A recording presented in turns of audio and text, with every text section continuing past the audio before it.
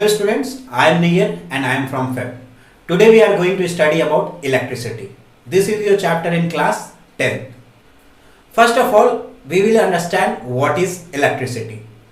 So, like heat energy, light energy, electricity is also a form of energy. And we use electricity to run different kinds of electrical appliances like your fan, bulb, geyser, heater and many more other devices. So, beta, in this chapter, we will be studying about different kinds of topic like electric charge, what is current, electric potential, potential difference, and about resistance.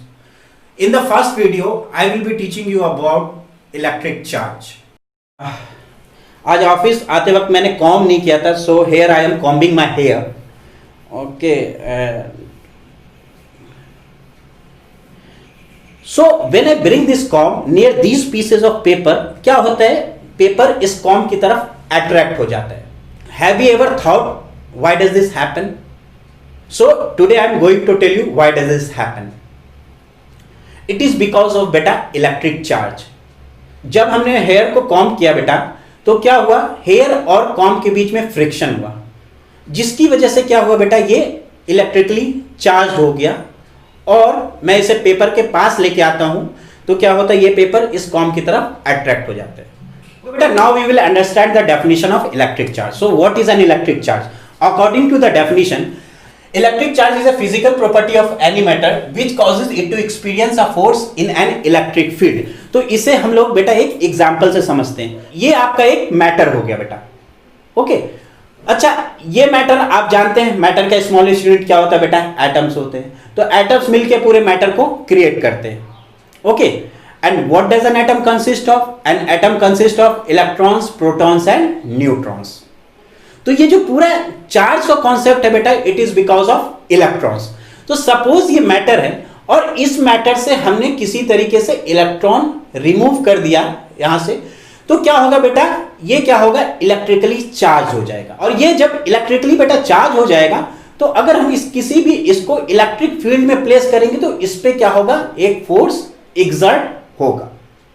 I guess आपको ये definition clear हो गया होगा. तो electric charge को बेटा हम लोग रिप्रेजेंट करते हैं सिंबल Q से. ओके, और इलेक्ट्रिक चार्ज का यूनिट क्या होता है बेटा, कूलम, जिसको हम लोग C से रिप्रेजेंट करते हैं. और हम लोग बेटा ये भी जानते हैं कि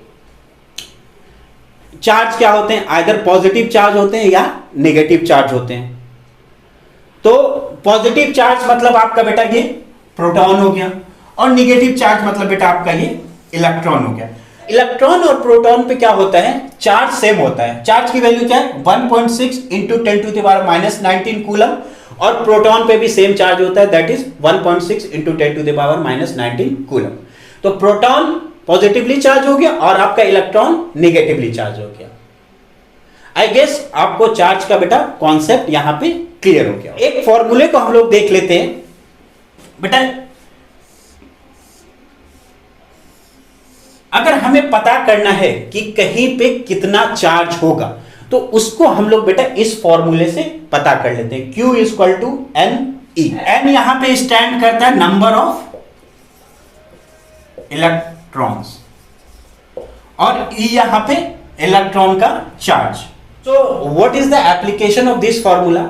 suppose you have to find what number of electrons are required to produce 1 coulomb of charge. Then through this formula we can easily find it.